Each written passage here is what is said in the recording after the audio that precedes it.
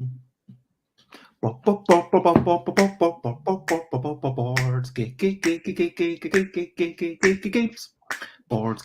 board games. We might be talking about Antony Wyatt, but we're not gonna shout. Here is Antony talking to me with the games that came to be and how things happened and what's their aim when they're working on a game.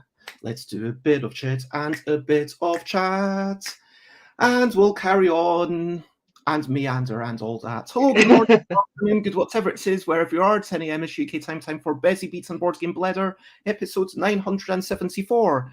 I didn't check, I do apologise. Is it Antony Wyatt? It is Antony Wyatt. You are pronouncing it perfectly. Excellent.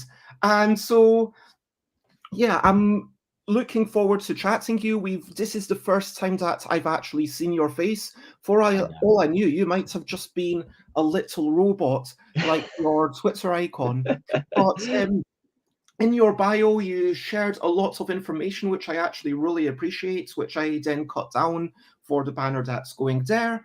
But as way of introduction, what would you love people to know about you right off the bat before we get into anything else? If they're like, what kind of person is Antony? What sort of person am I? Well, that's a big open-ended question, Bez, and you like to start difficult. As you need to carry on. So basically, I'm Antony. I'm a part-time board game designer. I live in the UK, and I have published a board game in Japan, which is only in Japanese at the moment. Through the aspect of not knowing much Japanese myself and my publisher not knowing much English. So it's been a very interesting development over the last 2 years, and we released last year. And that's pretty awesome. It does feel like something that, as you mentioned in your bio, it's only really possible because of the automatic translations that you get on the internet. And thanks to, you mentioned, obviously, Google Translate and DL, which I'm not familiar with. But yeah, do you think that this could have happened 20 years ago? Oh, absolutely not. I think thanks to modern technology, I was able to communicate. I mean, there is a level of kind of board games is its own language. So when you read a rule book, you can kind of understand how a rule book phrases if you know how rule books are structured. And so there's a lot of commonality. And that's where I started off, the point of doing my translations and then kind of contacting. But 20 years ago, no chance. I wouldn't have been able to learn Japanese the same way or thing. We didn't have Duolingo back then. And you'd have to do it all through textbook. And bearing in mind, I was 20 years younger, so I was thinking about much different things back then. Sure, but I mean, I was imagining that you would have been born 20 years ago. Oh, okay. Again, very different person then. And that is phenomenal. So you've had this, what sounds like an amazing success in Japan, with your first game getting to #1, #2 on the Amazon Hot Games list, and it's consistently #2 with Yellow Submarine, which I understand is like a really big chain of Japanese board game stores. And that's phenomenal. And so for someone to come in from overseas, like you just some Englishman on the southwest? Yes, southwest. In as much detail as you're willing to share, where exactly are you? South of Bristol, north of Exeter, Taunton, where GridCon was last held. Okay, I know Bristol. So, like, you're not properly on the south. You're kind of in the middle of the country. Yeah, well, southwesty, kind like, of middle-ish. It's nowhere near the coast, is what I mean. No, you're right. You're right. Nowhere near the coast. I'm kind of like in the middle, in between, on the little leg that comes off on the UK. Yeah, but I mean, Bristol, I think that's where Frank West did the City of Games convention a couple of times. That's where we originally first met, and I didn't actually know you at the time, and you gave me one of your little promo cards for one of your games that you were working on, and I was like, hi, thank you. I don't and then this is my, obviously back then was like my first introduction to like my first proper board game convention and stuff, so I didn't know the whole world of lots of different designers and things like that. I wasn't even in designing at that point, so you know, I slowly learned who your character is. And you've also been interviewed by Neil Bunker, Diagonal Move. So yes. He's a friend of mine, local friend of mine, who goes into my board game group and Okay. also playtests. So we have a few connections over the last few years, which What was the promo that I gave you? Was it like a um, sticker or something? no, it was like a card and it had like a round orange symbol. I can't remember what game for it was. I think I've got it like in a box somewhere, as like card examples. But yeah, Huh. I can't exactly remember what it was. Round But I orange remember symbol. your red dress. That was the thing. So the red branding works. Absolutely, absolutely, 100%. Um, we can get into all of that. We can, and I'm excited to chat about how that happened, how you were essentially challenged after a heated discussion to venture into board game design and all your first passions. But I'd like to first focus on just the past couple of days. Recent highlights, living life and seeing the sights, recent highlights, playing games and other delights. Recent highlights. What was the last game that you played? Oh, I played Fuse yesterday. Oh, nice. Yeah. Real time, quite frantic, enjoyable. How did you Stressful. find it? It's a good game. I played it before. We had a new member playing with it, a gentleman called Stuart, who's actually from Japan, funnily enough. And so we were playing it. I always find it kind of fun, but also it has that level of stress of trying to get everything going. It always has this like slow and then suddenly like frantic, kind of like, I've got to get all the cards done sort of thing. Very good game. And then before that, we played Viticulture. Oh, lovely. And I think that cooperative real-time games always have this aspect of, hey, if I slow down, then not only letting myself down, but I'm letting everyone else down. It's kind of extra stakes. Whereas, frankly, if you're playing double and then at some point you're like, yeah, I'm going to lose, I'm just checking out, then at least you're only letting yourself down. It's okay, you're allowed to do that. Everyone else can still have a good time. It's interesting you should mention that, because that's how our viticulture game went. Because the my Japanese friend, well, he's English, but he's part Japanese, actually was running away with points, and then I had my other friend who owned the game just going like, I'm just reaching 10 points. So it is interesting, because he obviously realized that he was going to lose, but he's like, I'm going to keep trying to thing. But yeah, you're 100% right. Like with game design and things like that, when you get someone who's getting a huge lead, it can be quite demoralizing and kind of like, but you know, it's all part of mechanics and how you work it out, isn't it? Absolutely, and I think it's not so important that you feel like you can win as much as it's important that you feel like you have something to aim for, like you have something to hope for. Yeah. I went to my typical Friday daytime playtesting. Let me shrink that slightly. There we go. So I played lots of games. One thing I also did is I'm working on the typography. This is just the black lines. There will be more colors put on top, and then there will be a bit of extra black put on top. And this is for categorical, which is way overdue. And, you know, I'm getting back into it. I've drawn 12 letters in the past, you know, couple of days. And so hopefully today I'll draw the remaining 14 and the 6 backgrounds, and then start on the coloring in. I'm going to draw all of them, then do the coloring in, and I know exactly where they are. They're right there, so I've not lost them, and I'm not out. Well, they're temporarily out of sight, but definitely not out of mind. It's going to happen before UK Games Expo. Fingers crossed. That's my aim. Other than that, the things that I played personally were a fascinating deduction game from Andy, who just thinks about games in a really different way, which I love.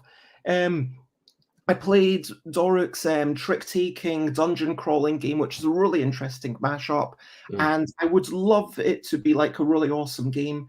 It's at the point where it needs a bit more work on the level design, if you know what I mean, but the basic mechanics are all there. And I also tested my own deck construction game, which David Brain and Paul played one game of. I asked them to play what I'm now calling the training game, because I want to make it clear, if you play with all the cards, that's the training game, and you get certain changes. So now it's like, okay, you only have 4 castles, which are kind of your lives, and you start off with 4 bases to mitigate the fact that you've got this giant deck of all the things. But then once you're like, okay, now get into the deck construction and make your own deck, it can be 20 cards or more. And so you can really focus with that. You can really think about it. And so they both made a deck. I had to call the time because after 90 minutes, with it was about 40 minutes for the first game, including explanation, and then 20 minutes for the deck construction, and then like we only had 20 minutes left for game and chat. So of course I was going to call it. But as it happens, David Brain actually managed to pull out like some very exciting spells right at the end. So it could have been anyone's game. And they both said, yeah, this is really cool. We will take our deck pool away and carry on working on it, which is a really solid. I'm really excited for the future of this. This is the testing in London, isn't it? Yes, it's Friday daytime play testing, so it's a National Theatre.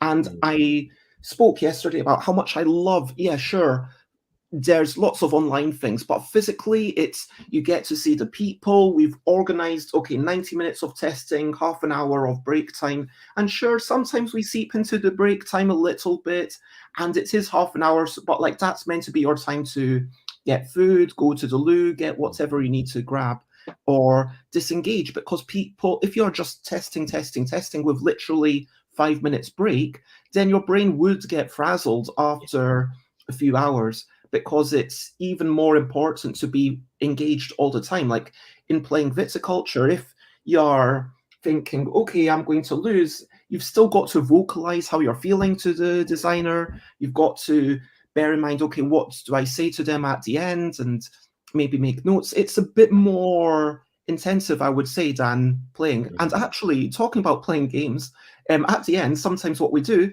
is we finish up with some published games, just because, hey, why not? We enjoy games as well. And so, pardon?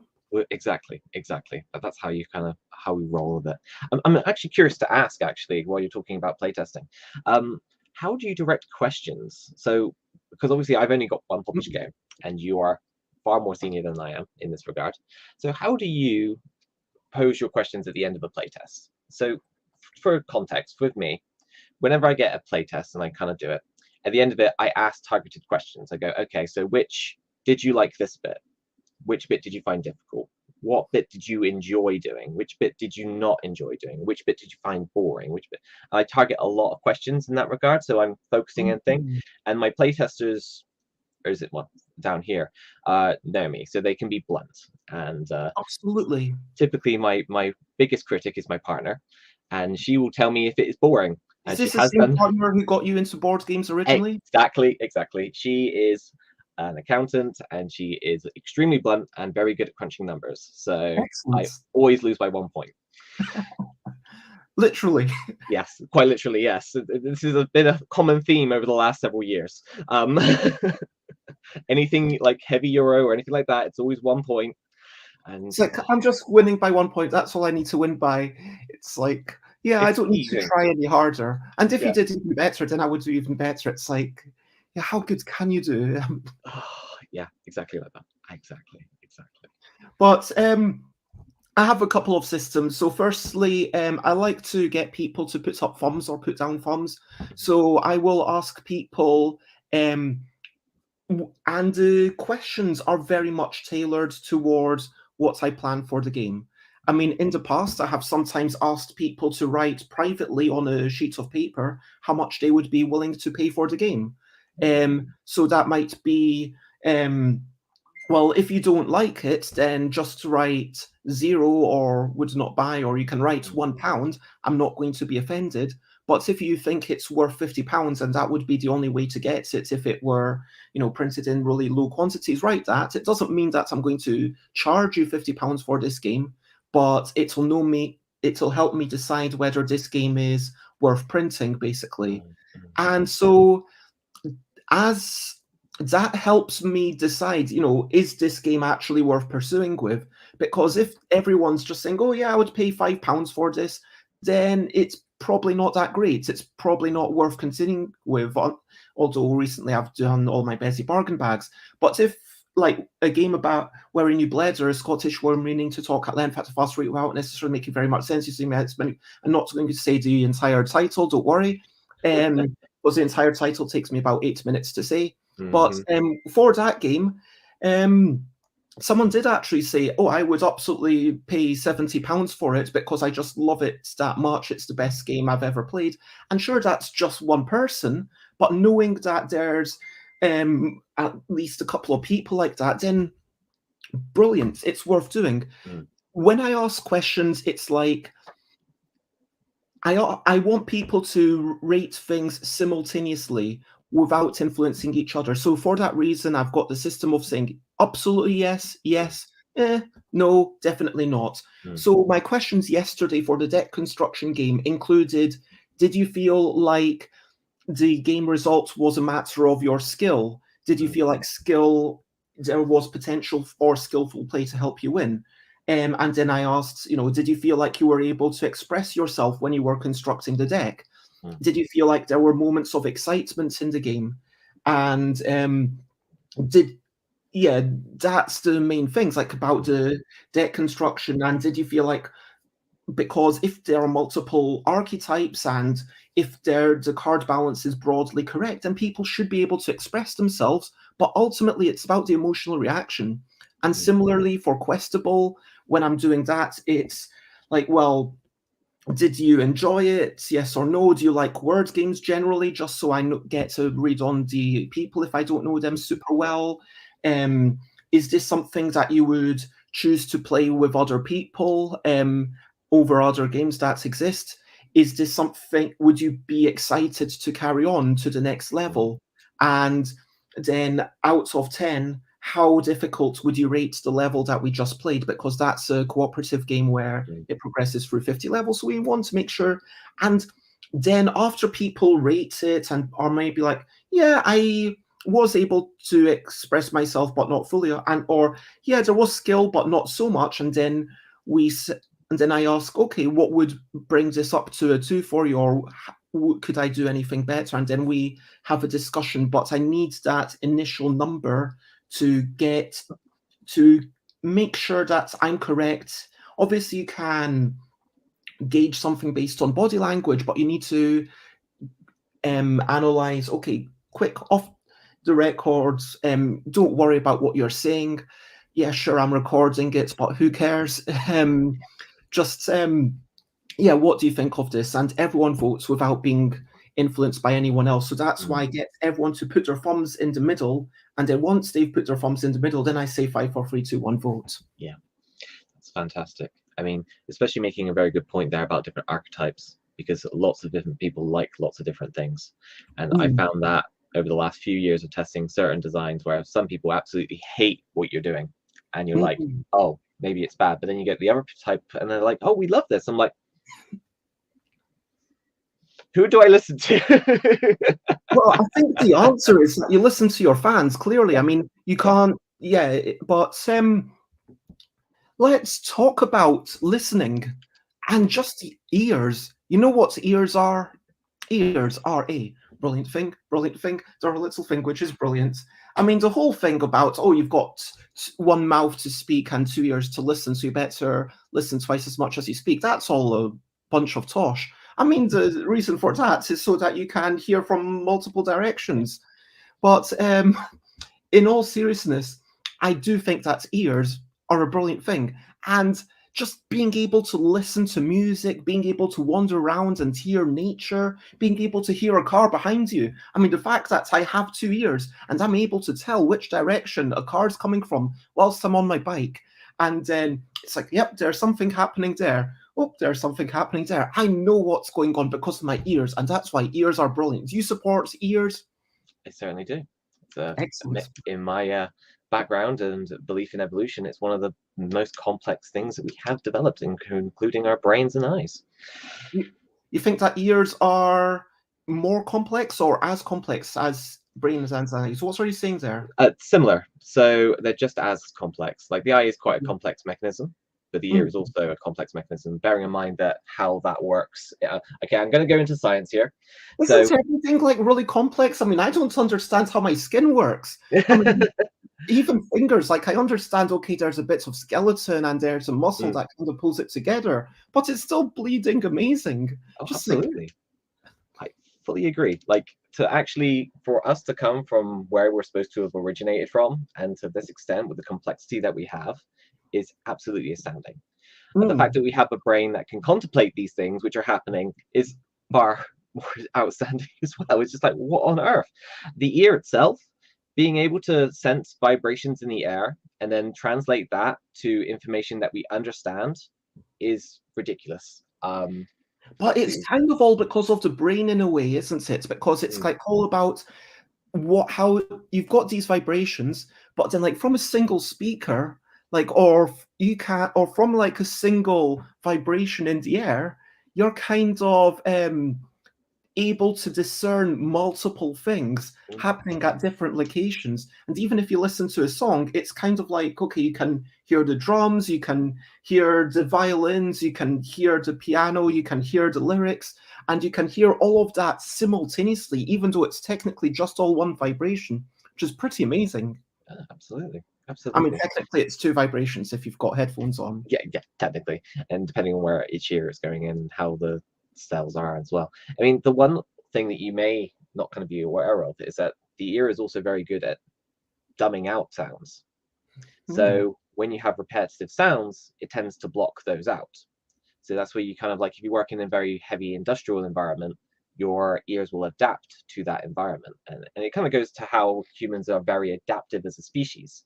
We adapt to things, and we adapt to things how they are kind of affected. And this is kind of in part down to learning, and also in part to adaptation.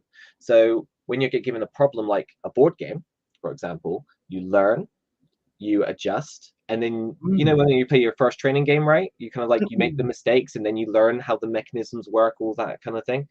Same deal with kind of listening and kind of like how sounds work in your brain. But isn't that adaptability? I know you just said that's the ear that's doing it, but isn't it really the brain that's doing it? Like filtering out stuff? Most likely, yeah. I agree with that. It's just amazing that you'd have that piece that's taking that information, and then that's a really good point. You know, I watched a thing about the quietest place in the world, where they've built this chamber where after a while, have you seen this? Where after a while you literally start hearing all of your own body, and that's like the loudest thing in the room. It's like, I can now hear my heartbeat, and it's because, I mean, right now, if I'm not going to stop talking because that would make for bad radio. But I could probably hear like a little bit from there, a little bit from the neighbors, but like we filtered that out, as you say, and it's just amazing.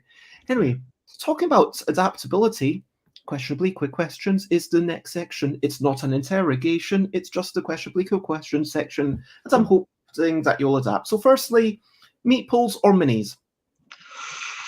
Oh, I'm going to go meatballs with that one, because even though minis are nice, you can get some very good meatballs nowadays.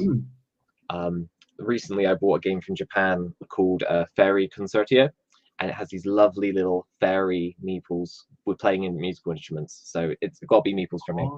Cute. Cards or cubes? And cubes includes dice and stuff. Cards. On a design perspective, cards are a lot better to play with and have people more options for gameplay rather than kind of cube/dice. Do you prefer, what's your favorite player count to play with? 3. 3 is generally my favorite player count, because you generally get a lot more options with 3, because with most published 2-player games, they're okay, but it's usually like a battle between 2 players unless it's cooperative. I think 3 has that nice level. If it's cooperative, it's good. When it's competitive, it's good. 3 is kind of like my good number for that.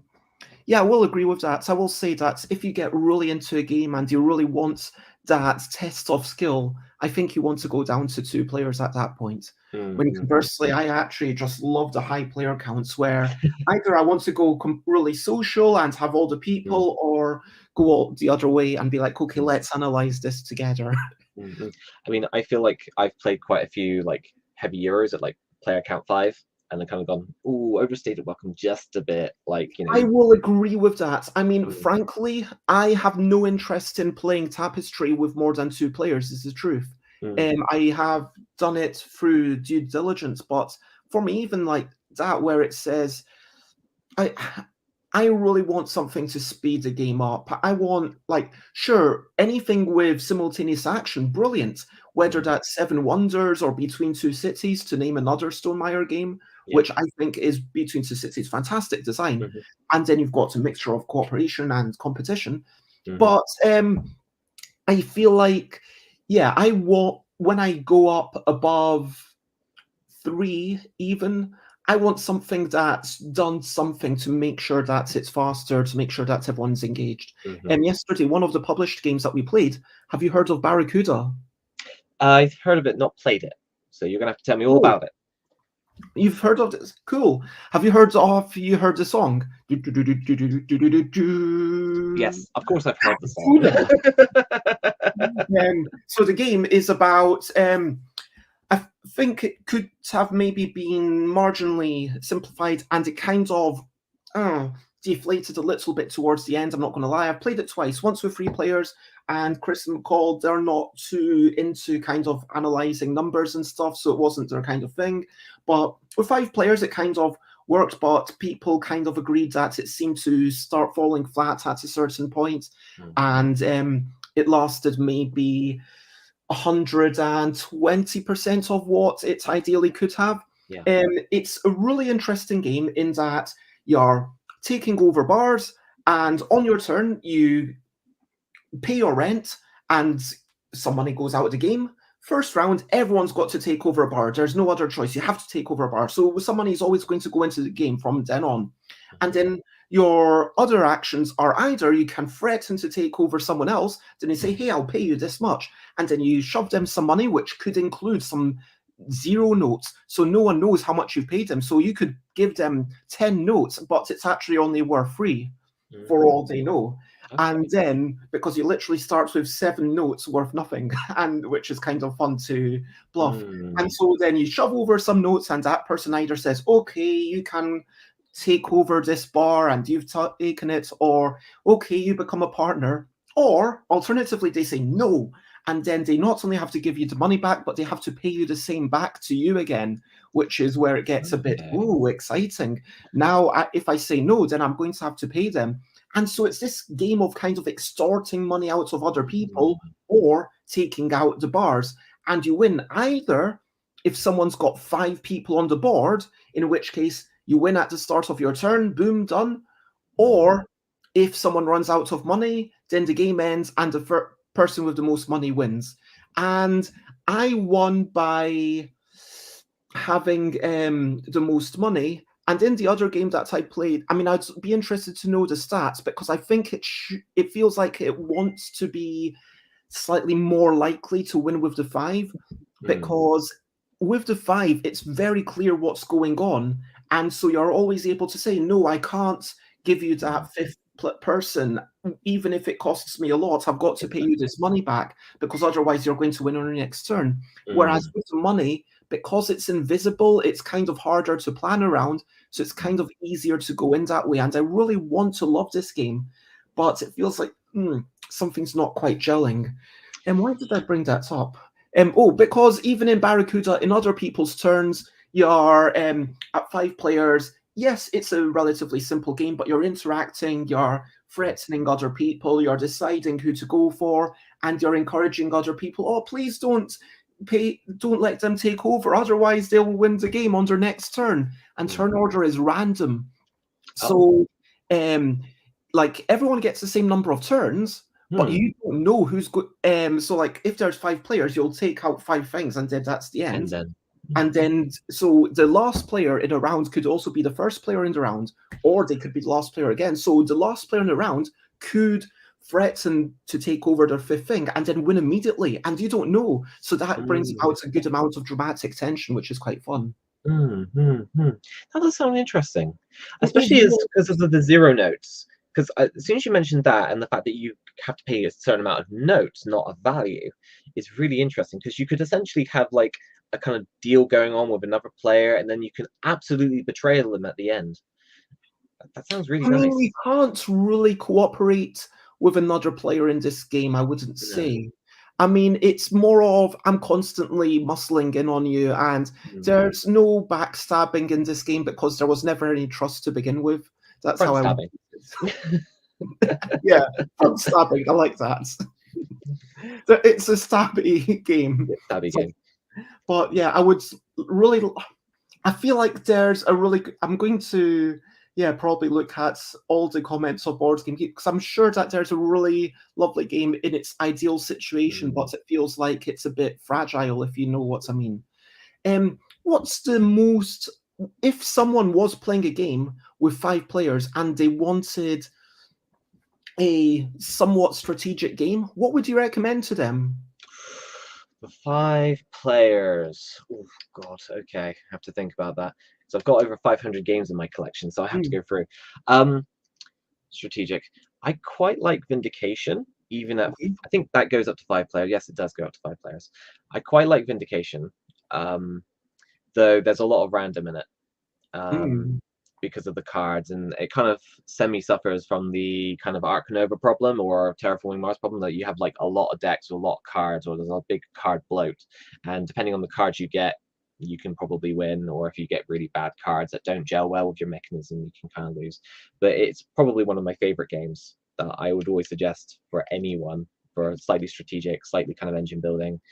Cube management, the system, fantastic. I love that system. The fact that your cubes are basically universal things. They could be resources, or they could be ownership, or they could be all sorts. And they have this lovely potential system as well, where you kind of have cubes which are locked, which you then move over to be a different type of resource, and then you can move it over again to be even better, but then you might want to bring it back to become something else.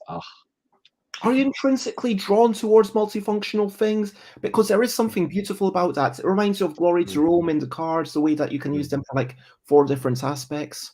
Oh my goods, another example of multi-use cards.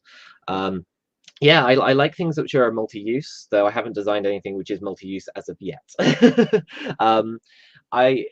I think I'm just attracted by that type of complexity. I mean, the stuff I'm designing is generally on the kind of like medium to low kind of complexity scale, because I'm building myself up to that. Yeah, that makes sense. Yeah, because obviously I'm brand new into the field. I kind of want to be designing more between the low and medium, and then kind of have these more complex ideas in the back burner before I kind of get out there and kind of a bit more established. It's kind of one of the reasons why I went for Japan in the first place.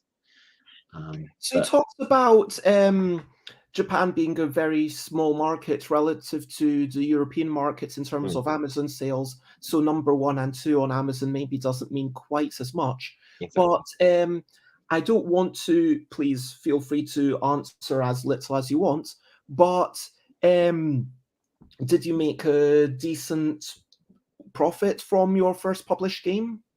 I think so. I mean, this is my first time and I'm part-time, so I've made money, and I'm happy with the amount that I've made because I wasn't expecting it to amount to anything. I mean, so when you expect 0, anything better than 0 is positive. Yeah, exactly. I mean, this is a hobby for me. This is not a full-time employment. It'd be nice if I could do it full-time, and I would love to do it full-time, but I'm not in that financial situation to be able to do it full-time. So, you know, I'm kind of come across as like liked board games, got challenged. I mean, we haven't gone into that yet on the stream, but basically, like to paraphrase, I basically got challenged to go into designing. Yeah, let's actually talk about that a bit. So,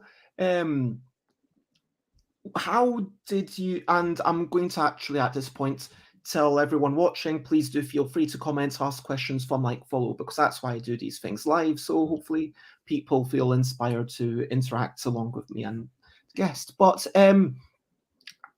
you said that you were at a board game club, and then there's an elderly gentleman who had a whole bunch of unpublished games, and then you maybe had a heated discussion with them about design and user experience, and then they challenged you to design something better. Was it something where they said, was this like a heat of anger almost, where they were like, well, to heck with you, go and design something yourself if you know so much? Is that how it came about?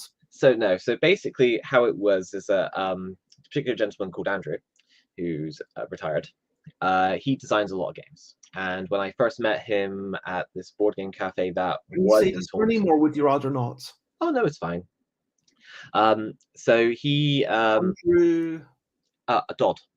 Oh, Andrew Dodd. Okay. Yeah. So he designs a lot of games, and we met him through this club that was on a Friday night, and then we ended up inviting us into our home, and then kind of he said that he designed, and he kind of like asked to kind of like play test. So play tested over several months, and I would give my opinions, and obviously like it was just opinions at this point, no kind of like prior experience or playing that many games. I think I was only like had 50 games in my collection at that point.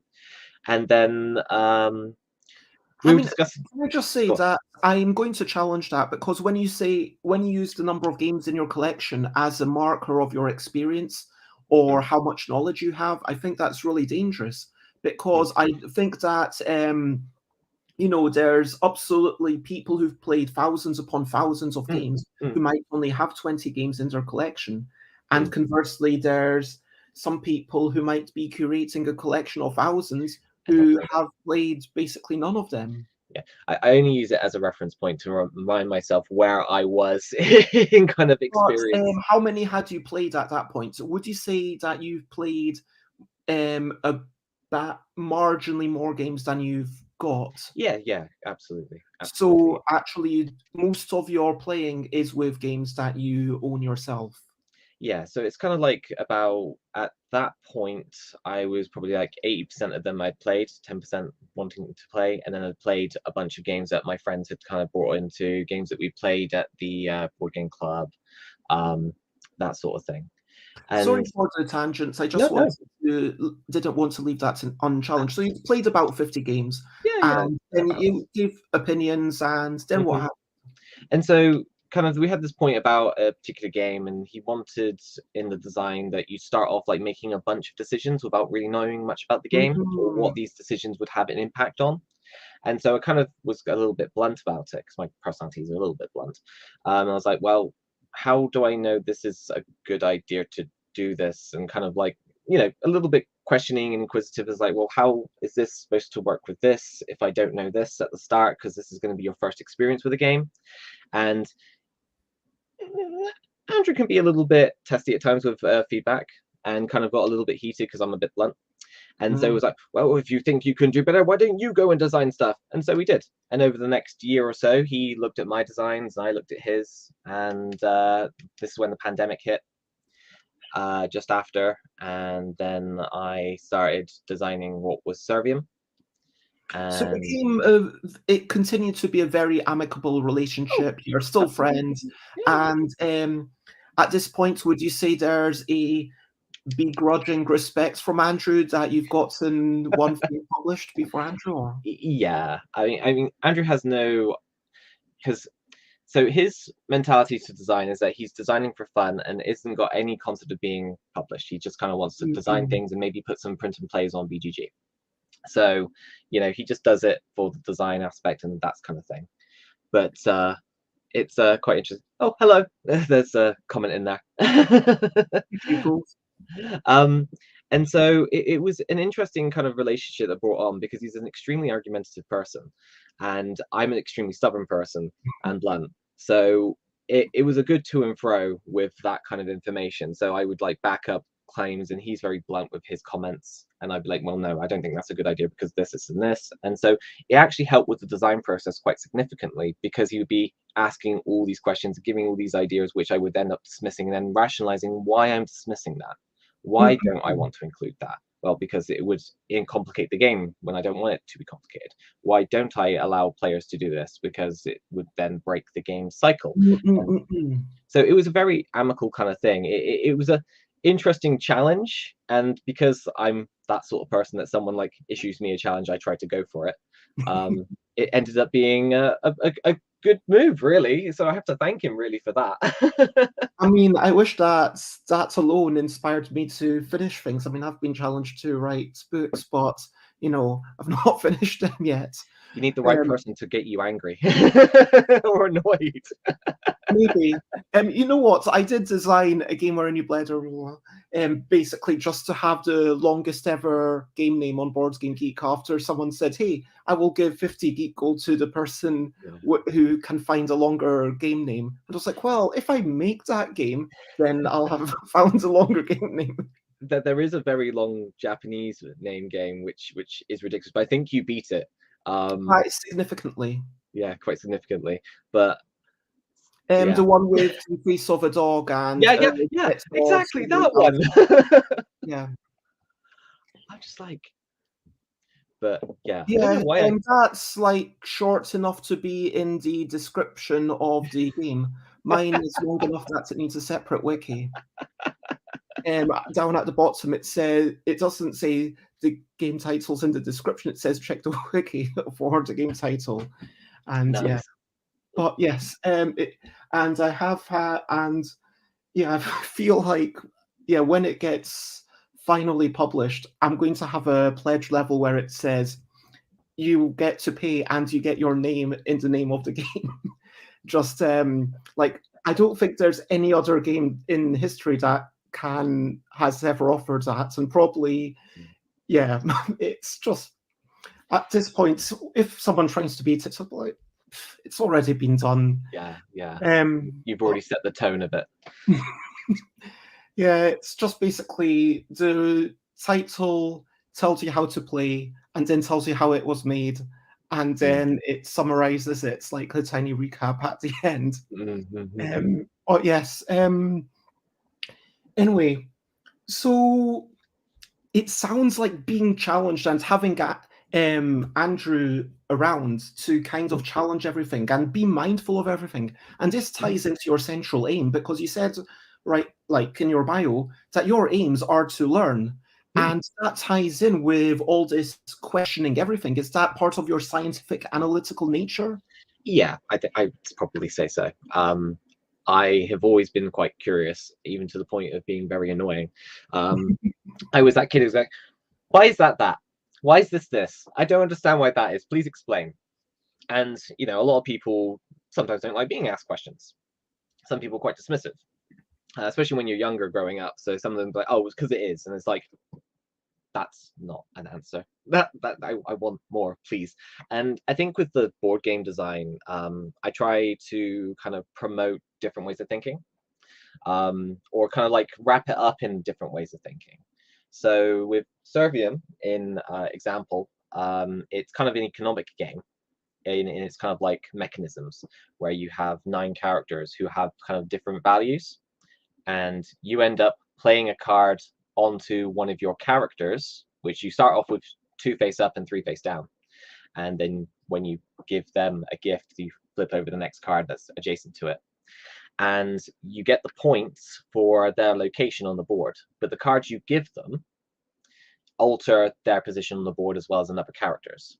And so there's a slight little bit of engine building, because if you have certain characters face up, you can then adjust the boards. So it's kind of an economic game, kind of wrapped up in kind of like, well, the game itself is political lobbying, essentially, but you wouldn't see that just by the images or the kind of the theme or kind of what you actually do. But when you break it down to the components, you're like, oh, actually, this is an economic game.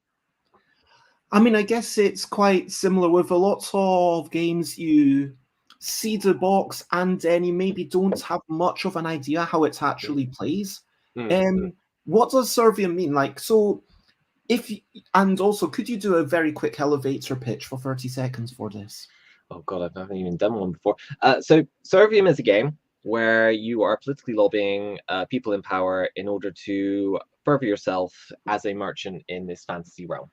You'll be giving gifts, you'll be giving bribes, blackmailing characters, and also a little bit of demonic possession, just to spice it up a little bit. Because it's a fantasy setting. It's an absolute fantasy setting. In the game, you'll be given a hand of 4 cards, and you will have 5 characters, 2 of which you will know, and 3 that you will meet through political connections after you start giving gifts to characters. If you blackmail, bribe, or demonically possess a character, you'll be able to activate their special ability, which will alter the game state. After 7 rounds, you end the game, and the person with the most victory points wins. I mean, it sounds really cool, but it also seems like I'm just never going to get to play this because it is very language dependent, you've said. Yeah, so there's actually only 9 cards which have the language that you'd have to translate.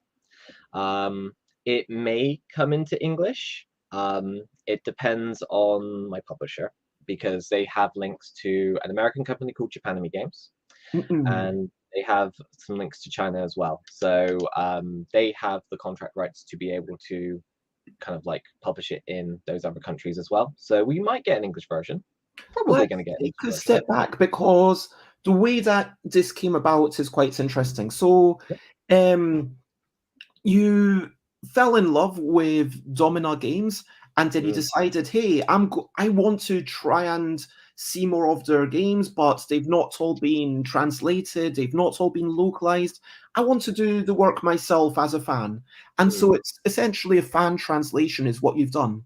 And then by going through this process and you got in touch with them to check permission to make sure that it's okay, presumably you shared some paste ups and things so that people can put onto their own cards.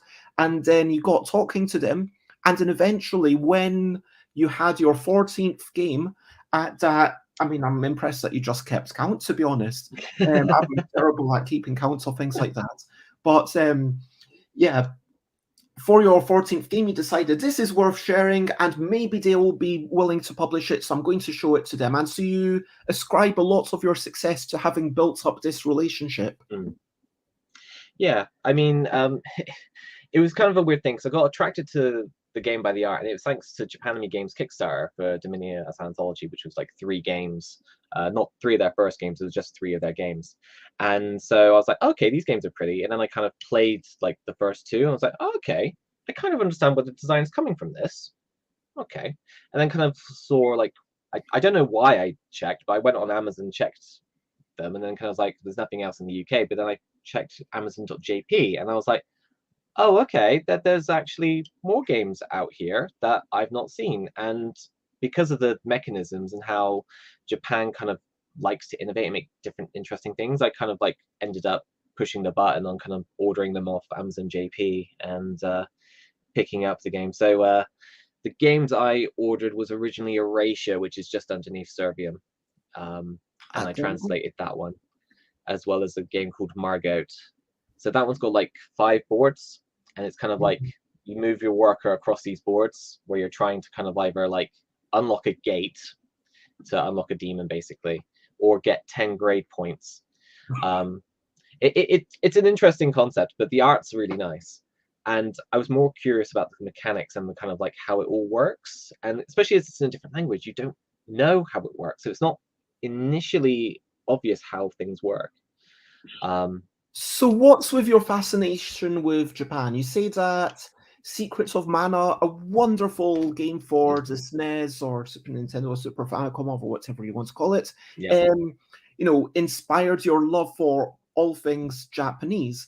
I mean, is it xenophilia, or is there something particularly about Japan, or is it just the attraction to the strange plus the prevalence of it? Because I mean, could it have been Vietnamese culture if Vietnamese culture was more accessible, if you know what I mean?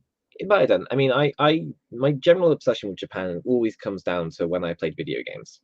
And I learned that from an early age that all the games that I was playing were all made, designed, and created, and stories written in Japan.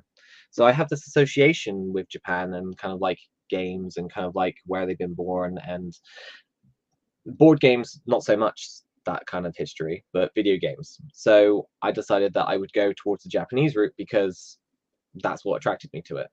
I like Japanese artwork. I like the kind of the anime style. I think it's quite nice. There are certain artists and designers who do design things in a very risque way, which I'm not attracted to.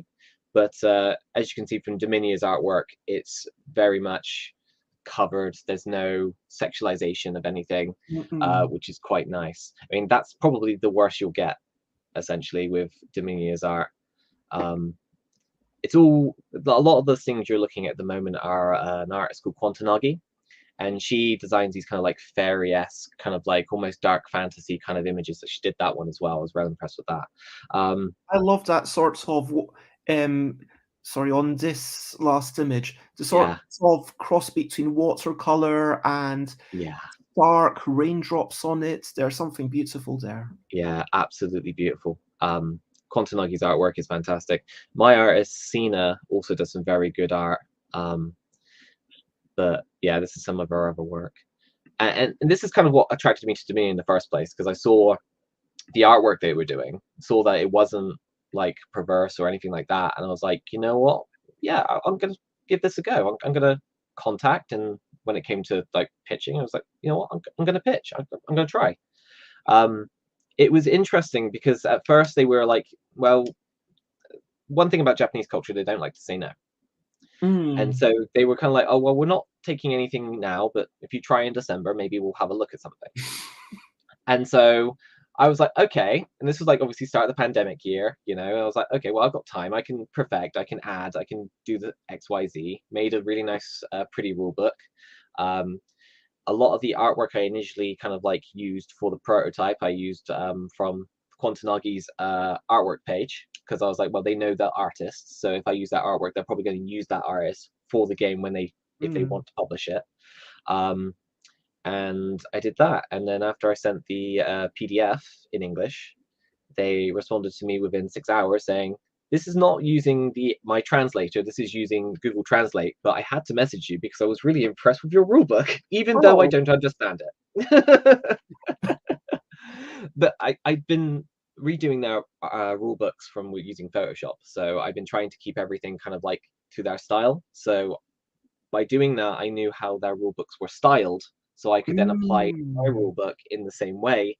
So it would work for them, and they could see that I understand their kind of methodology with it. So the key thing wasn't so much the building of connections as it was building familiarity with how to present it and organize all your information and everything into a manner that would suit their house style, so to speak.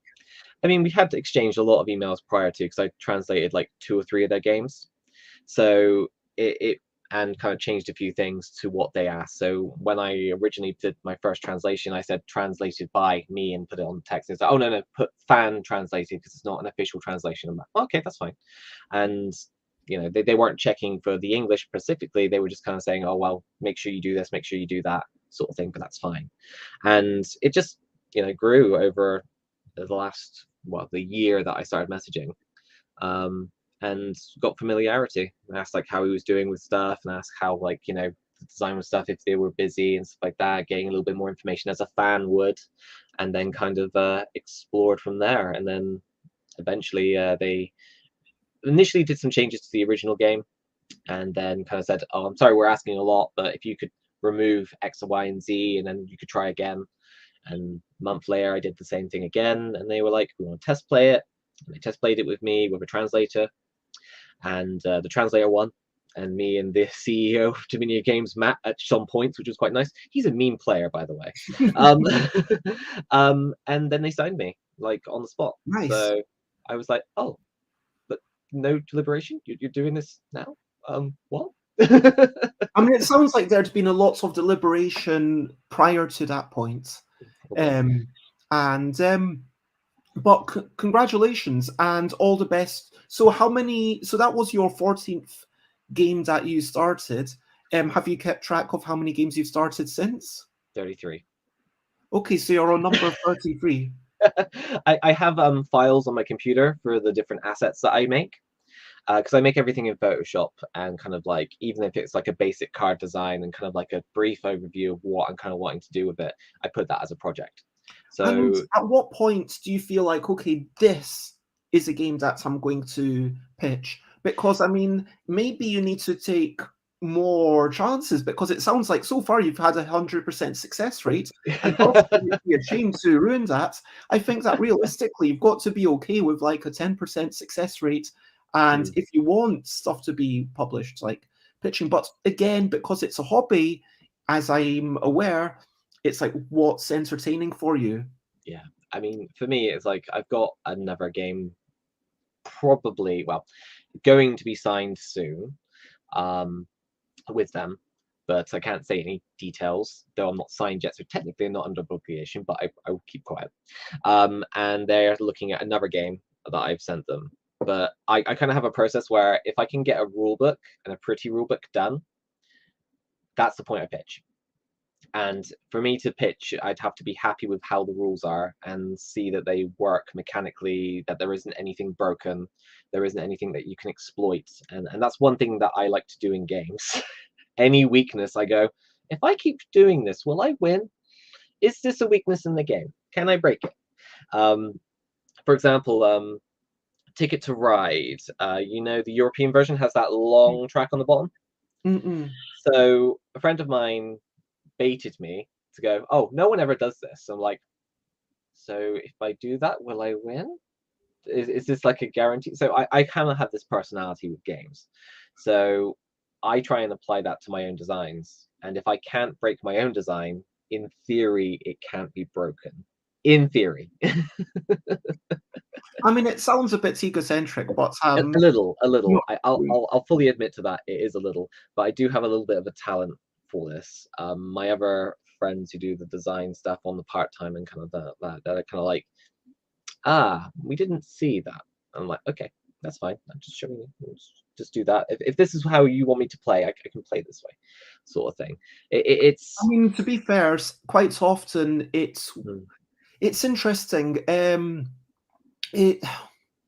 had someone who played a game about auctioning cubes after winning an auction to become the auctioneer in what they said that they were playing it in a way that they just wanted to test the limits of the game. And really what happened was that they were guaranteeing themselves a loss, and they were kind of annoying other people, and they said like they just wanted to show that it can be done. But I think that you've got to being able to grief other people at the table and annoy everyone by playing in a way that you know is going to lose you the game is not quite the same. Because to me, but like when you start playing a game, do you feel like there's a requirement for the players to kind of agree that, yes, we are trying to win? So it depends on the game, specifically. So if you're playing a Euro, most people at the table, when I play Euro games, they're gunning to win. They're trying to be efficient. And that's kind of the nature of a lot of heavy Euros, that you're trying to be efficient with what you have, use your resources in the right kind of way, and kind of work that way. Well, if you're playing Telestration, well, Telestrations, most people don't play for points anyway. But even if you're playing Pictionary, isn't part of the game that you are legitimately trying to win?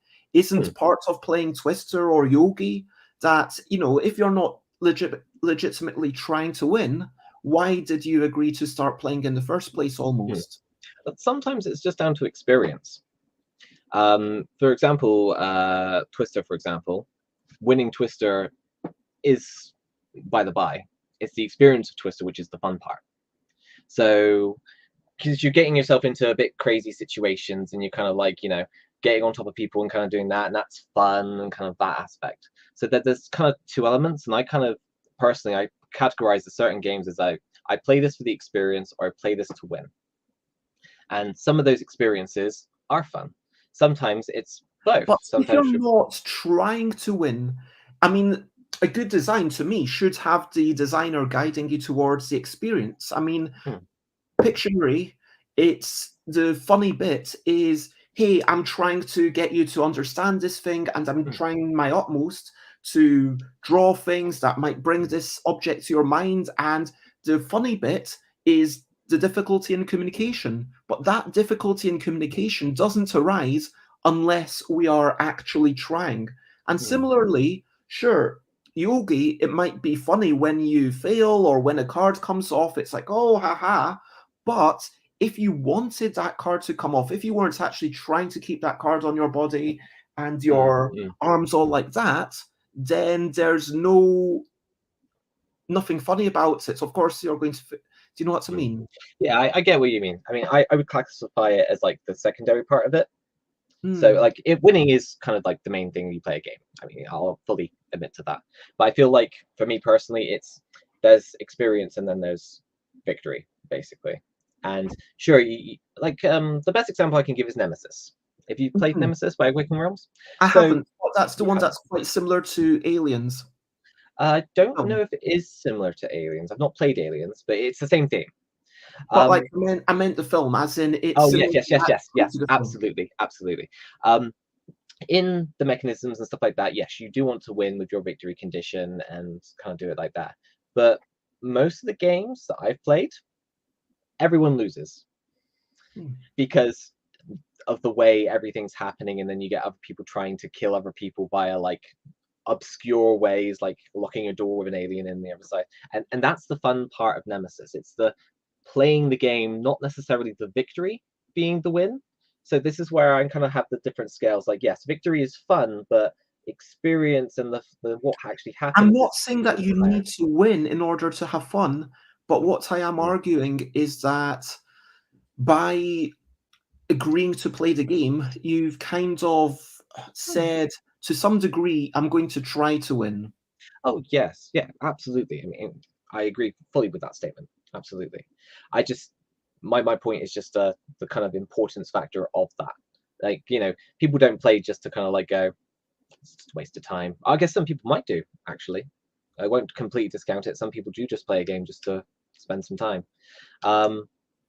But yeah, I agree with your statement that, yeah, if you've agreed to play a game, usually you are there to kind of go, yeah, I do want to kind of win. Anyway, the point that I was Mm. making is that, if a game, what you said about being broken is that I mean, when you talk about being broken, what is that? It's kind of like, do you have a quick definition of that? Like in my mind, I'm thinking it's a collapse. It's an overly simple way to win that leads to uninteresting play. Yeah, I would probably categorize it very similar. So if a game is quote unquote got broken, it means that there is a way that you can win that is I won't say flaw, but it's a factor of the design which can be exploited in a way that you've almost got a guaranteed victory. I tested something 3 or 4 months ago, and they have this card which every time you get one of these cards, its power of that card or any monster is increased by 1. And you have Mhm. 5 slots for cards. So the designer hadn't have thought about this, but I kind of like was going through it. And I worked out that if you get 5 of these cards, they have a base power of 1. And then for each version of the card, they increase their power by 1. So you've got 1 plus 5 for the 5 copies of the card. So each power is 6 per card, which makes your combined total 30, Hmm. which is equal to what every monster would be. And if you were going to fight a monster, all you had to do was match the value to win. And these cards were available at the start of the game, and they are purchased for 1. And so when I did this playtest, I was like, I did the play. Normally, I tried to kind of like play in a very kind of Euro style instead of very fighty style. Didn't really work. And then I kind of noticed that actually, if you do this and you've got 8 Mhm. turns, you're probably going to win like 99% of the time. And so I showed that to the designer. And that's kind of what I categorize as kind of like a broken flaw, but it's fixable. And it's more in a design context that I use that term more than kind of a regular playing context. Most Sure. I mean, some people would argue that, um, I mean, the Halifax Hammer is like one example where people say, okay, broadly, this is a strategy that will guarantee victory for one side. But then within that strategy, there's multiple ways to execute it. Mm, And so it's arguable that broken is in the eye of the beholder. I mm, mean, you could call Noughts and Crosses a broken game. I would just call it an easily solved game, which mm, I think Noughts and Crosses, for the time in which I played it, I think it was very valuable in introducing me to thinking strategically about games, mm. because I played Noughts and Crosses. I'm like, wait a minute, I can plan ahead because there's not that many places that they can actually go. Yeah. And then I went back and I realized that, wait a minute, there's basically only 3 places you can start because all the corners are the same, all the sides are the same, and then the center. And then you kind of actually going through all the meaningful moves, like all the set, like I'd never actually analyzed every possible movement that they can make, but you know that they're not going to go somewhere that's going to lose them the game automatically. So then you kind of start to think, wait a minute, okay, this is how okay, now I should never ever lose again. And then actually going through that process of analyzing it and solving it, even though you could argue that a solved game is basically a puzzle at that point. If it's easy enough for a human to solve, for that particular human, it's more of a puzzle than a game, you could argue, but it's still being enjoyable for that moment in time. And for me, the key thing about whether you can call something broken or not, and I'm noticing we are over time, is that it's antithetical to the enjoyment of the game. So, for example, if in Yogi, doing something that wasn't related to contortion or being silly won you the game, then that would be broken. If in Pictionary, if doing something that wasn't related to drawing and communicating in this limited way was allowed, it would be broken. But conversely, doing exactly the same thing in a game which is about word communication, that's not broken. I think that broken is contextual against what you're expecting. Like, maybe this game is about, wow, I've discovered this ridiculous combo, and now my opponent's going to discover this ridiculous combo to beat my ridiculous combo. And then it kind of gets into this yummy phase, and that's just when you access the next layer of the game. It very much depends on what mechanisms and what you've got in play, I find. Like, for as the examples you've used with kind of like word games and stuff like that, I think broken generally doesn't get applied to those sorts of games unless you allow certain rules to be omitted. You can control things. Who call games broken are typically the kinds of people who play more Euro style games. Yeah, I think that's definitely just due to the audience rather than whether those kinds of games can be broken or not. I would still argue that they can, if there's no rule that disallows something that's super obvious and wins you the game in all of the time without having to actually think about it, then something like Decrypto or Codenames or whatever could be broken if there was a way to, but there isn't, as far as I'm aware. But so yeah, I fully get where your point is coming from. I come from a more Euro-y type game background, so when I kind of do it, I'm looking at base mechanics and kind of like how card interactions and things interact with each other. So that's my whole thing. It's mainly a designed phrase that I use it for. No, I get it, and I get it's about okay, does this combo of these cards, like in a deck construction game, that's a perfect example. And that's a place where, hey, maybe you'll notice that with these 20 cards, you can actually get a turn 2 kill, which would be quite problematic. But then if you work that out, then great, you've had the joy, hopefully, of working that out. But then is there a counter to that? And that's the important thing. But it's also, is there variance in what you have to do? Once you've worked that out, is there no interest in playing the game at all? In which case it's basically solved. Or is there still something to do with the execution? For example, in photosynthesis, I know there's no doubt in my mind about the best move to make on turn 1. But then the best move to make on turn 2, I'm not so sure about. I'm fairly sure about the best move to make on turn 1, 2, 3, 4, 5 out of 18 turns. And honestly, I've played it quite a bit. So if I'm being totally honest, like the first 20% of the game and the last 20% of the game are kind of rote, but my opponent can theoretically get in the way of it and make it, again, interesting by countering what I'm planning to do. But anyway, I feel like we should wrap up. It has been a delightful chat. And is there anything else that you would like to say before? Mainly, thank you for having me. This has been an enjoyable experience. It's really good to talk to another designer, especially one who's as seasoned as yourself, to just chat about these sorts of things and kind of get a feel for kind of that, because you're kind of like a different end of the market for what I kind of design, which is really interesting to kind of have that feedback. And you're also very well established with your testing. So it's been an absolute delight to talk to you and kind of like Thank get you very that much. feel. I mean, I do feel like maybe this is my imposter syndrome, but you know, the kinds of games that I make, as you say, they are all my published things have been very light, and it's basically only been my first game that has had any real commercial success. After that, it's kind of been, yeah, sold like, I mean, I say commercial success, but now I'm being flippant about having sold like 4,000 of Wibble plus plus. But Yeah.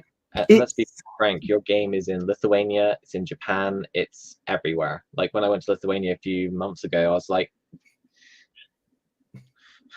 really? Because Lithuania is a very small country. So but it is one game. I mean, it's still but good. this, Good. thank you very much for the uplift.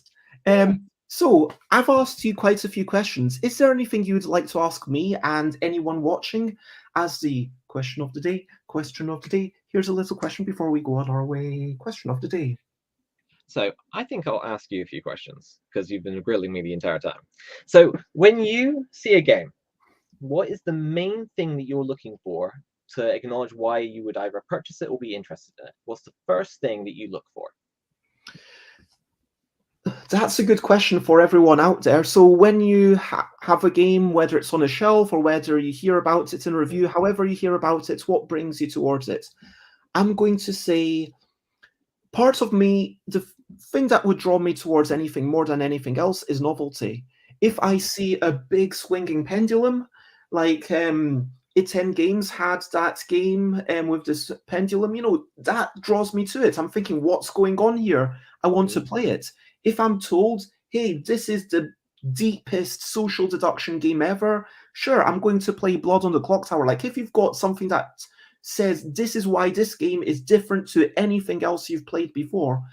But as a person who's played a lot of games, I am aware that I probably overvalue novelty compared to most other people. And there are definitely that I would, in order for me to want to play it, that's the first thing. In order for me to want to purchase it, and well, I am very much in a shrinking mode because of my forthcoming emigration. I don't know if you're aware of that. Have I invited you to my leaving party? You can come to my leaving party if you want. Where is it? That's the first question. Milton Keynes, 11th, 12th, and 13th of August. Okay, I'll consider that. I'll see what I can do. So, yes, what was it? Oh, yes. In order to actually, in order to purchase it, there's some practical things for me. Like, I do want a small box. I do want something that's going to fit easily. I want it to be able to have a variety or play. Like, I want the games that I play to feel sufficiently different. I want to be able to feel like obviously that's the value in a game like that. You can keep playing it, can keep trying new things. And I want, when I try new things, for something different to happen. I want a strong feeling of agency in my games. I don't like dice games that much. I want all the agency I can get. If I have zero luck in a game, that's fine. I mean, I love photosynthesis. I would happily play Go. And one other thing that I'm thinking about is how many other people can I play this with? Because in the example of Go, I can play with handicap stones. If I'm better than you, you get extra stones. If you're better than me, I get extra stones. And so that means that massively expands the number of people I can play it with. Conversely, if I look at Pilos, also by Gigamic, a company that well, I obviously like them because hopefully they've paid me. I gave them my bank details on Thursday. They owe me some money, but anyway, that by the by. But I'll. Sorry, I'm distracted. There's a bit of a mafia moment there. They owe me some money. Uh, no, it was because of, I'm not going to get into it fully, but Yeah. for reasons I had to give them my bank details, which they had in the past. So, but it's gone to their accounting department apparently. So, like, it should be on the way. It's just going to take time for an international transfer, and I don't know how many days, but hopefully it will be there next week. Anyway, the point is that Pelos, it's a beautiful game. Corridor is one of my favorite abstract games, but Pelos is wonderful, but if I become better than you or vice versa, then it loses its interest somewhat. Yeah. And so I do like some way of balancing that out however we can. I love the idea of Corridor, where if I'm better than you, if I've played it a lot, then I can say, you know what, I'm going to play with slightly fewer walls. And so you get slightly more walls than me. And so we play it like that until, hey, now you've started beating me. I'll play with a couple of extra walls and now we'll play a fair match. And then maybe you start beating me a lot because you're just innately better at these kinds of games. I don't know. And then maybe you start having fewer walls because you're clearly superior. And so let's make it an interesting game again. And for me, this kind of balancing, this kind of how many people can I play it with? Of course, if you play it with 3 players, then 2 people can self-balance by kind of ganging up on the winner a little bit. Like, if I've never lost a game of photosynthesis 2 players still, but I've lost quite a few 3 players. And is that because I've been played worse, or is it because I've had specific things that I've not considered about the more, how can I put this, densely populated, more overcrowded board, and I've not really thought about their shadows enough? Or is it just because I've been a bit unlucky in those games that I've been kind of picked on by both the players? I don't know. Well, if you're known as good, that does happen. Trust me, that happens a lot with me, especially with my And partner. I mean, I'm sure that people pick on your partner all the time, and Oh so no, she's quiet, so I am a lot louder, so I'm always the target. They see Ant's getting a few more of those. Let's start bullying him a little bit. I'm like, my partner's there just going, I'm just gonna collect all these resources, and I'm do just you like, kind of ever point out the fact that your partner has won every game? I do all the time. But BGG stat says that I win more, so I'm pretty Why sure she do stopped BGG winning them. stats say you win more? I mean, I don't know. I don't know. So she records all the stats. So her stats say that I win more than her, but I'm pretty sure there's a caveat with that I think it's the games that she wins, she forgets to record. It sounds like She's there's some sort of dispute there. she's smart. She's a smart girl. She's a smart girl. She'd like to point this out. I was like, oh, I don't win all the time. Look, the stats say this. But when you said about uniqueness and novelty, you should really check out the Japanese Tokyo game market, because they have got a lot of unique stuff. Because they're all like, it's a massive indie convention basically. Mm-mm. And I would highly recommend kind of having just a look. I know it's all in Japanese, but like Google Chrome has like automatic translation, which is pretty good. And you can get games like the last game market. I'll point it out because I thought it was quite clever. So this game, so Game Boy, basically. Oh, wrong way around. And what this is a clear file, which you put paper behind, and you move the whole file over the paper, and this bit here is open. So you can actually see a dungeon underneath with the different papers that you can put in. And this bit on the bottom, I'm kind of like trying to there, you write in your moves of what you're going to do. So you move your character up, you move there. And every time you go up across the, I'm trying to do this with like through mirror, up to there, you then lose a power up here, and then you scratch off a star, which may increase the amount of moves you can do on a turn. That's a really interesting way to implement Fog of War. Yeah, exactly. Exactly. That's exactly my thinking when I bought it. And, you know, this sort of thing, really cheap. And so it's like, I saw this like October last year, and I was like, that's really clever. And for the components it is, it's just like. So you've been to Tokyo Game Market. I've bought things from it. It's going to be my first time in May, where I'm going to be my first trip to Japan.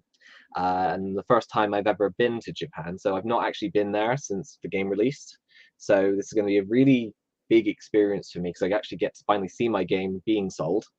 Because because like it's been very obscure because it's like I'm not there, so I don't see it, so I don't really feel like I'm published until like I'll probably go there and I'll probably get a bit upset and a bit teary sort of thing because it's like, oh my god, actually I am sort of a designer, I am published, and you know it's one of these things, which is a bit weird but also really exciting.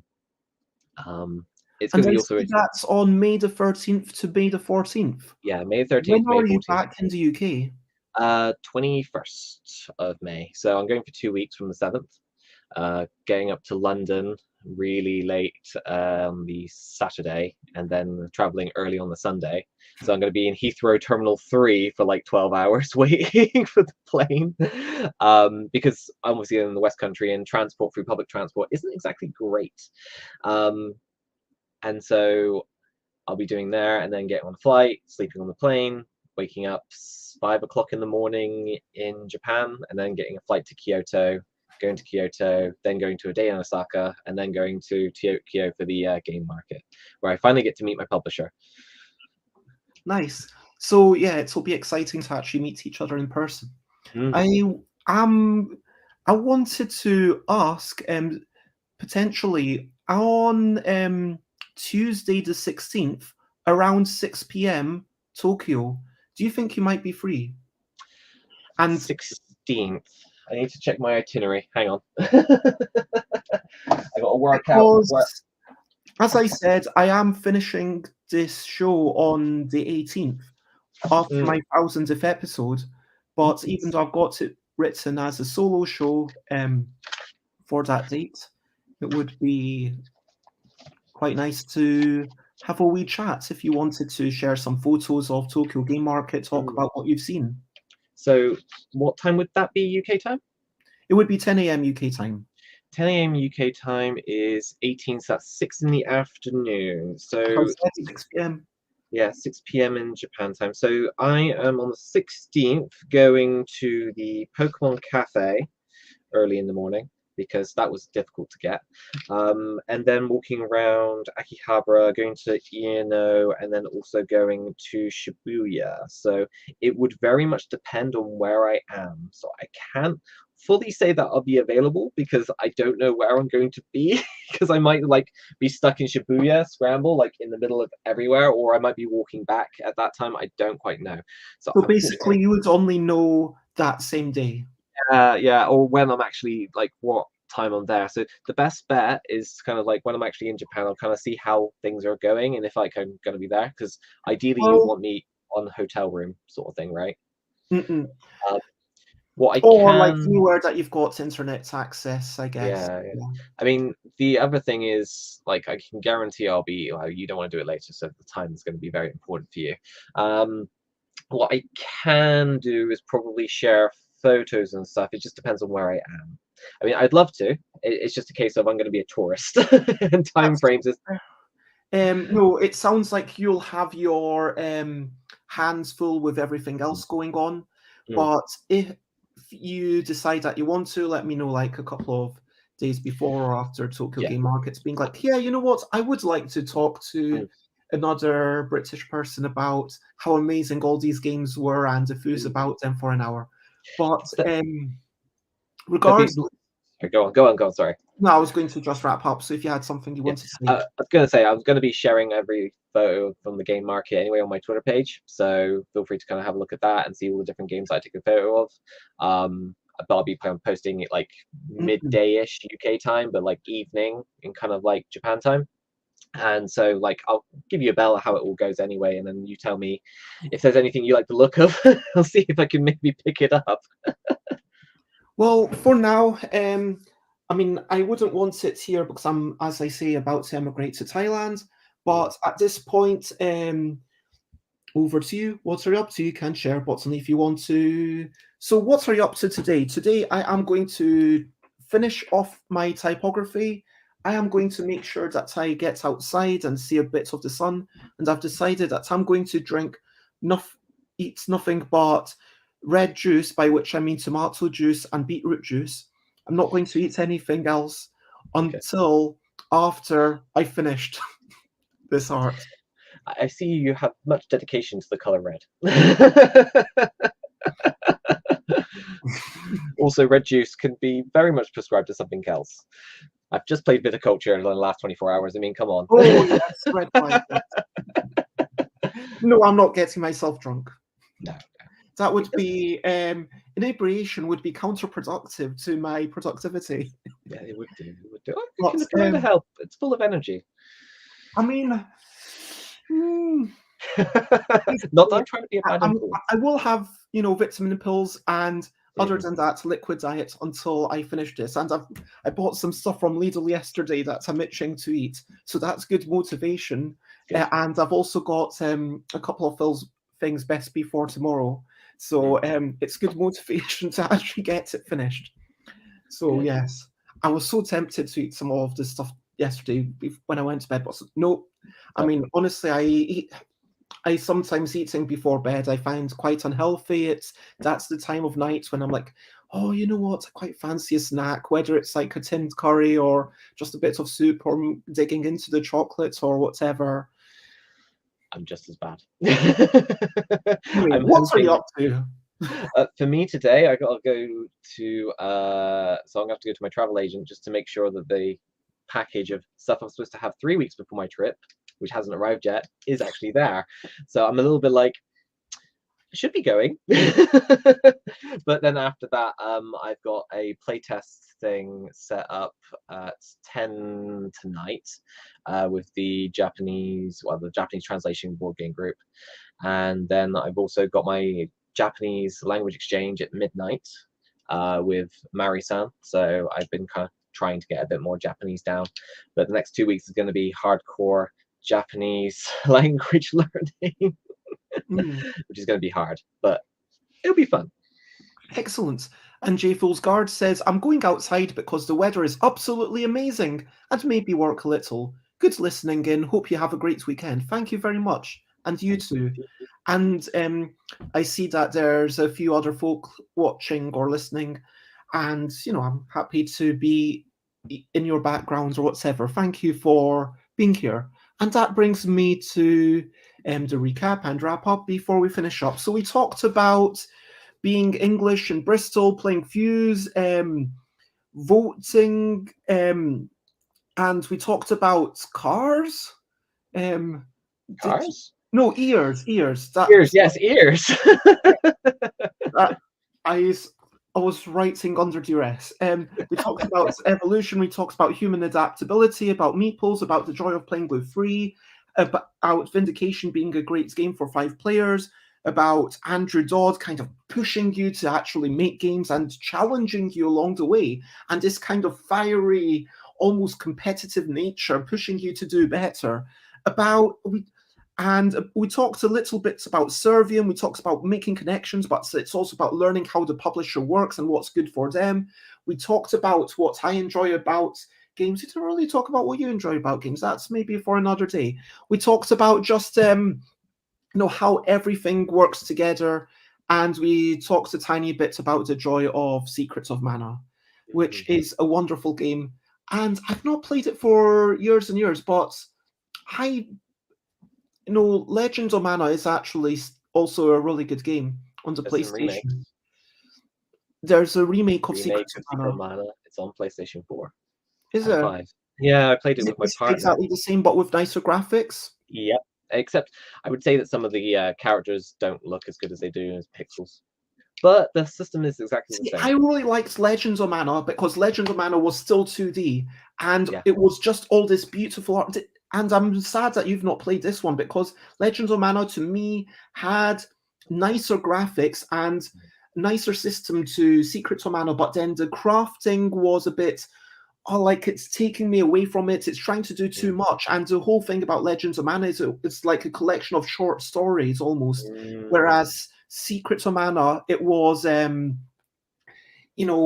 more of an ongoing thing, and it was more railroaded, but at least you knew what you were doing. And then if you stopped playing it for a week, you knew what you were coming back for. It stayed in your mind. Whereas Legends of Mana, you had like little short stories. So, I rescued that little person. Okay, now I come back and I do something different, and it doesn't always.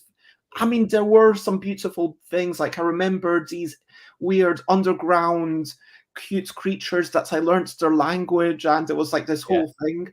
And there was a beautiful puzzle in that, but it didn't keep me pushing through the entire game in the same way, and I feel slightly sad about that. Mm. Did you know there was multiple paths through the game? Like if you did different things, you would actually change how the story went along. It only Which kind of like from if you, Legends of Mana, I'm well aware of. yeah, Secret Mana does it. So that if you imagine like start point, end point, you still get there, but it's kind of a little bit like this. So you can have deviation. So there's one example: if you meet a character early on, you don't meet her when you're supposed to meet her, and then you have to fight a boss to actually get that character. But yeah, it I was a mean, good game. Secrets of Mana 2 ramped it up Mm. ridiculously. I played that on emulator. Um, but like at the start, you had to choose all your characters. And again, it gets back to what you said about initial, like, how am I going to choose this character? And it doesn't really matter. It's just kind of choosing different stories. But then you feel like you've not seen the whole thing unless you. And I would rather just. Sometimes there's a joy in playing exactly the same game again. Anyway. And we talked about all this stuff and we're still talking about it, but share, spread the words. I need to say goodbye. I need to crack Yes. on. I need to let you go. Yeah. Thank you everyone for being here, whether you've just lurked or commented, and most importantly, thank you to Antony Wyatt. If Thank you want you. to check me out, I am Stuff by Bez in all of the places on Twitter. I need to sort out my shop, Instagram, Twitch, whatever, and go to my Discord, stuffbybez.com/Discord, or check out the future streams on stuffbybez.com/streams. I believe next week, I don't have anything planned specifically for tomorrow, but yeah, next week I've got to chat with Jess Medringham on Wednesday, Ben Downton marketing on Thursday, and I will be in Norwich for Dicini next weekend. Other than that, just some solo shows, and in Phil Walker Harding on 1st of May, we might play Sushi Go together and talk all about Sushi Go. That might be fun. And I've got a lot of respect for the mind games that can go in two-player Sushi Go. But if you want to check out Antony Wyatt, where would you like to be found? Twitter mainly. So my Twitter is awyatt_BGD,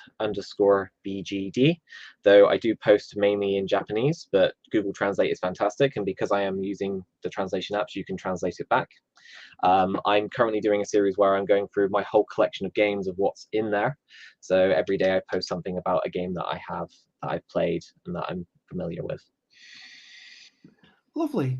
Well, for now, the only thing left for me to say at this point, I believe, is bye, bye, bye, bye. This is a goodbye song. Bye, bye, bye, bye. Thank you for watching along. Bye, bye, bye, bye. This is the end of the show. Bye, bye, bye, bye. Now it's time to go. Bye, bye, bye, bye. This is a goodbye song. Bye, bye, bye, bye. Thank you for watching along. Bye, bye, bye, bye. This is the end of the show. Bye, bye, bye, bye. And now it's time to go. Bye-bye. Bye.